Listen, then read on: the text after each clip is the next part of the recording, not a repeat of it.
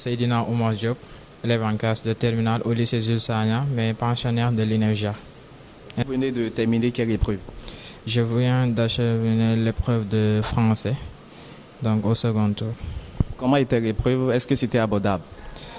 Bon, comme vous le savez, ce sont des exercices qui se font en rapport avec un texte qu'on nous a été donné.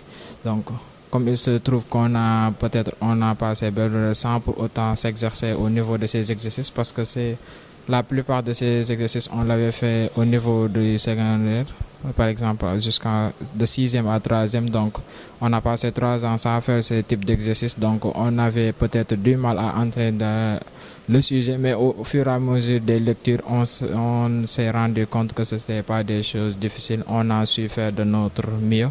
Maintenant, reste au correcteur donc d'apprécier. Donc, nous prions que ce qu'on a fait donc, est ce qui nous est demandé.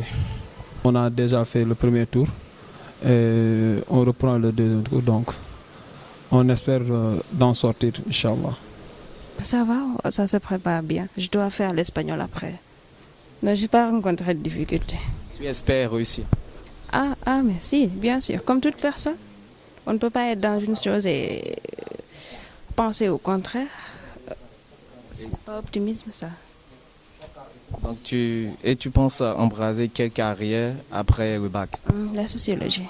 En fait, ça, c'est une grille. Vous l'avez, la grille et ça, le poinçon.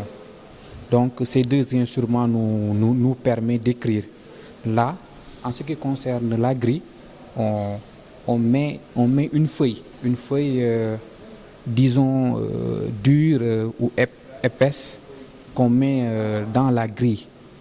Et on laisse la grille pour qu'il puisse, pour que la feuille ne puisse pas se déplacer et que les écritures ne puissent pas être superposées.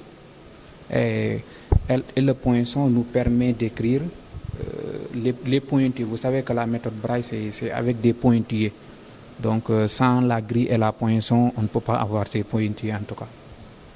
Parfois, il est difficile, en ce qui concerne peut-être les tableaux, c'est parfois difficile de pouvoir reconnaître, mais là, des spécialistes sont là pour faire de manière compréhensible aux aveugles là, comment se passent en tout cas les tableaux. S'il n'y a pas de choses en tout cas claires, ils viennent nous expliquer ou on les interpelle pour qu'ils puissent au moins nous expliquer comment se passent les tableaux en géographie ou bien en mathématiques, en statistique par exemple.